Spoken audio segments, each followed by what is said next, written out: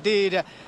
Coming to you live from Nairobi Central Business District, Koja bus station, to be a particular day 2 of the Matatu strike that has paralyzed transport across the country. And the situation today is still terrible. A number of bus termini remains deserted. Where we are, a place where it's full of beehive of activities, today it is deserted. And as you can see behind me, this is a road that comes from Thika Highway coming to town. As you can see, very few cars are seen on the road, and of course residents of very few of them also are on the road. And compared to yesterday, there is no heavy presence of police. It seems the agreement that was yesterday between the Matatu Association operators and of course the government was to ensure that the demos, or rather the strike, goes on without causing commotion. And a spot check in number of places, we've not seen bonfires being lit, and of course the resident burning tires. And a number of them that we managed to interview were pouring out their frustration, how they managed to come to town. Many of them had to walk to town so that they can be able to get to work, and a number of them also remains stranded. A spot check also in a number of business premises. We've managed to capture a glance, and a number of business premises remain closed in the better part of the morning, and of course up to now a number of them of course fearing of their properties being looted, as it is normal during demos. And just to paint a picture of the situation in Nairobi Central Business District, I'm joined by a gentleman here. Tueleze unaitwa nani, ulifika town kivipi, na ulikuwa uende wapi? My name is Joel Omulo. I was coming to this CBD because I'm running a business here, and it's very unfortunate that this is the country that we are experiencing right now, because in 2022, that is August, I woke up in the morning to vote in for this government. But what is happening today is just unfortunate. I don't know, I've just left everything to God, because I have been using, in fact, around 50 shillings from my place of residence to CBD, to the city center. But today I had to use 300 shillings. Yesterday I used 500 shillings. Where are we going? They are adding this petrol whatever.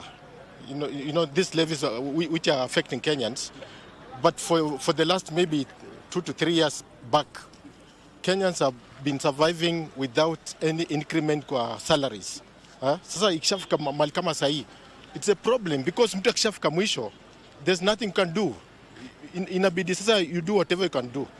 Tumefika mwisho kabisa. Mpaka sahi imebidi, yani sijui vile nitaongea. I'm frustrated. Hata leo sijui vile nitarudi jioni. Yeah. Thank you so much. Maybe I can have another gentleman just come closer here. Tueleze na jinsi hali ilivyo. Wewe ulifikaje kwenye mji huu wa jiji la Nairobi, na wito wako ni upi kwa serikali na wahusika wa matatu? Kwa majina naitwa Romeo William. Jina ya Nairobi ninajitwa 3 Bob. Najulikana kama kijana ya Nairobi, na nimetoka kwa nyumba kuja hapa town, nimekutumia pikipiki. But sometimes we have to talk the truth. Hii vita ya nje ndio inafanya hadi saa hii hatuna mafuta. It's not the only country. Kenya is not the only country that is suffering from fuel. Tumekuwa Uganda, tumekuwa Tanzania, tumekuwa Sudan. Si ati ni tuwezi sema ati ni mtu mmoja ndiye amehike mafuta yetu ya Kenya. Mafuta inatoka nje, ni venye ijakuja. Yeah. So the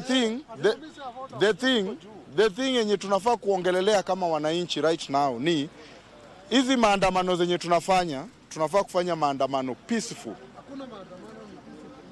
Kuna tofauti ya maandamano, kuna tofauti ya maandamano na kuiba vitu za watu na kuharibu vitu za watu. Wewe umenunua pikipiki yako 250,000 ama umechukua loan nayo, Mtu anakuja kwa njia ya maandamano kuchoma pikipiki yako. Where are we going? Githurai we saw. Tuliona Githurai. Gari ya mtu Mazda CX-5. Gari ya milioni 3 mtu amechoma. Mimi nina urge media. Problem yangu ni media. Media venye unachukua makosa ya serikali the same way, chukua hiyo makosa ya huyo mwananchi mwenye anachoma vitu za watu. Chukua picha ya huyo mwananchi mwenye anabomoa biashara kama hile ya mtu. Maandamano Kenya mzima, mimi ninaweza omba rais, every county has a commander. Kila maandamano inafaa kuwa na askari mbele if it's a peaceful demonstration. Tuwezi sema tunataka kukua first world country na huku bado tunachoma mali ya mahasela, na sisi hasela wenyewe ndio tunachoma mali zetu. Hiyo ni maandamano gani? Heri tuache maandamano. Heri tuache hiyo maandamano. Kitu ya pili, nataka kuambia askari wetu wa Nairobi, this time is the first time mimi nimeona askari wa Nairobi wamefanya kazi nzuri. Nairobi nimezunguka kama kijana ya county, sijaona dustbin yoyote imeharibiwa. Sijaona biashara ya mtu yoyote imeharibiwa. Sijaona. Kwa hivyo ninashukuru sana askari wetu kwa hiyo kazi. For the first time hakuna mtu mwenye ameaga dunia Nairobi. For the first time, maandamano ya kwanza Nairobi, hakuna mtu mwenye ameaga dunia. Kwa hivyo hiyo inaonyesha great improvement, na moving forward mimi ninaomba serikali tunafaa accept wananchi, yes, wameumia, wanaumia in one way or the other. Rais, miki tunaweza kuomba kirudi, mimi najua sio wewe umepandisha mafuta yetu, ni vita iko nje ndio inapandisha. EPRA, I want to tell you this, Wakenya wengi wanaumia. Kidogo tu teremsheni hiyo price ya mafuta. Yeah, teremsheni. Thank you very much. There are residents pouring frustration and urging the members of the public not to take advantage of the situation. Maybe you want to have tell us about. Yeah, I am Elias Mwangi, the youth leader DCP Nairobi County. I want to ask this question. Yes, we are talking about fuel prices that have hiked, but you can tell fuel in Uganda inatoka bei kidogo kushinda ya Kenya. And I want to ask myself, because fuel in Uganda passes through Kenya, because Uganda it is a landlocked country, and when it comes to this country, we must tax them. We must tax them na ili ifike ile nchi nyingine. Then you find in Kenya mafuta ni juu. And again, I want to ask these leaders, stop that blame game. Stop the issue of fuel prices. It is not political. This is not the time to say ati ni mwanasiasa fulani anahamasisha. Hakuna mwanasiasa anaitwa Matatu. Hakuna mwanasiasa anaitwa the Matatu sector.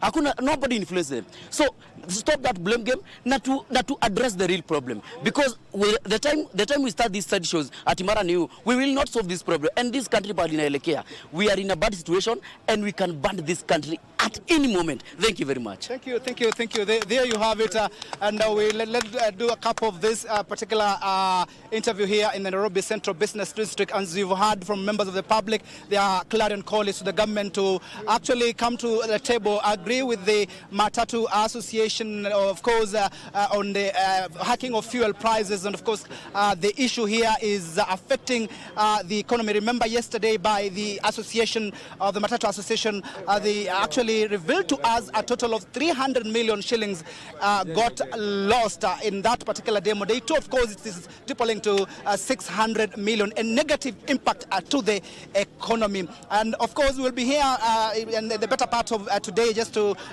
get to understand how the situation is. I understand there are many people who want to give their sentiments, but of course, we will do that later.